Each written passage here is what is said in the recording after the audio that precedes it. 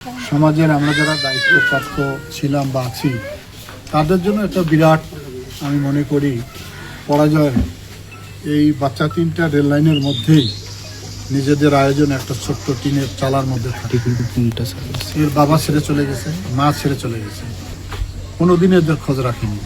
তো যেহেতু এটা আমার নলেজে আসার সঙ্গে সঙ্গে আমি আমাদের পক্ষ থেকে একটি ঘর বানিয়েছি দিলাম আজকে, এবং এরা লেখাপড়ারও সুযোগ পায়নি।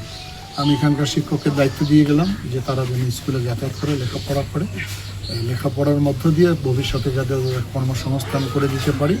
আর যে আবাসনটা আপনারা দেখছেন এটা আমাদের সেই সরকারের আমলে আমি করে দিয়ে গেছিলাম, তারপরে এটার প্রতি কেউ আর নজর রাখেনি। সমস্ত ঘর ভেঙে চুড়ে এটা বসবাসের সম্পূর্ণ অনুপযোগী হয়ে পড়েছে।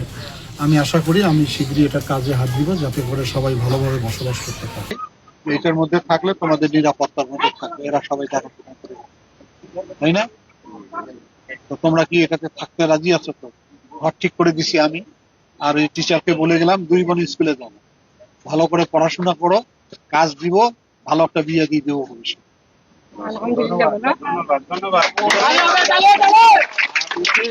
বিজন বলছে, বিজন আমার ঠিকাদার, ও বলছে যে ভাই আমি ওকে সবসময় সাইডে নিয়ে কাজ করতে।